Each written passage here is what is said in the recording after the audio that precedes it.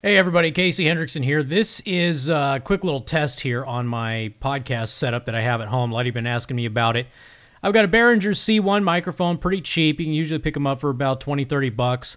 I have an Alesis Multimix 8 USB effects mixer. It's pretty cheap also, about 150 bucks or so. You can get it online. Really good mixer, actually highly recommend it. And I've got a pop filter right now on the microphone as well. But you'll notice in the background, I've still got a little bit of an echo, and that has been bothering me. Doesn't bother a lot of people, but it does bother me. So what I've actually gone out there and done is I've got an Auralex Mudguard, which is supposed to be a vocal isolator around the microphone. Has pretty good reviews. I'm going to give you the next soundbite on that coming up in just a second. Okay, and we are back. I have now installed my Auralex Mudguard. Again, I'm using the exact same setup. In fact, this is the same file in Audacity.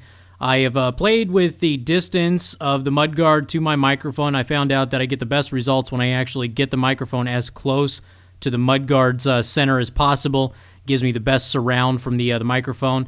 You're going to have to play with it on your own, obviously, to get your own acoustics and what works for you and your voice and your application.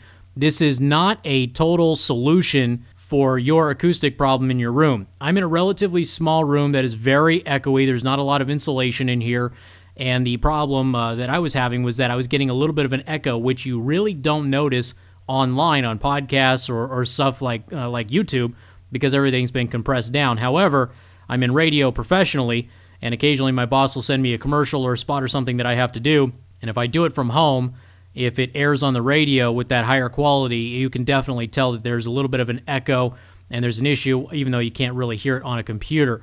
But when it goes on out on air, it is certainly a problem that bothers me as a professional because I want to sound good on the radio anytime my voice is out there. So I purchased this as a temporary solution until I get my acoustic foam for my room set up, which is obviously going to be something you're still going to need to do.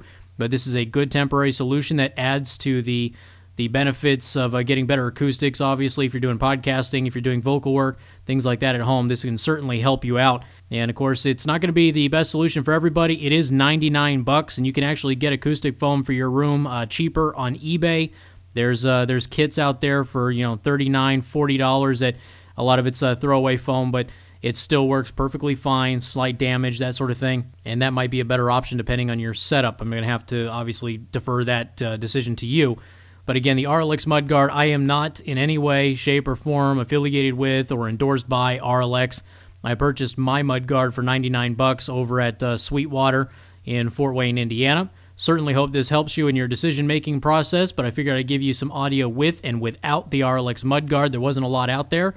Hope this helps in your decision-making. Thank you for listening.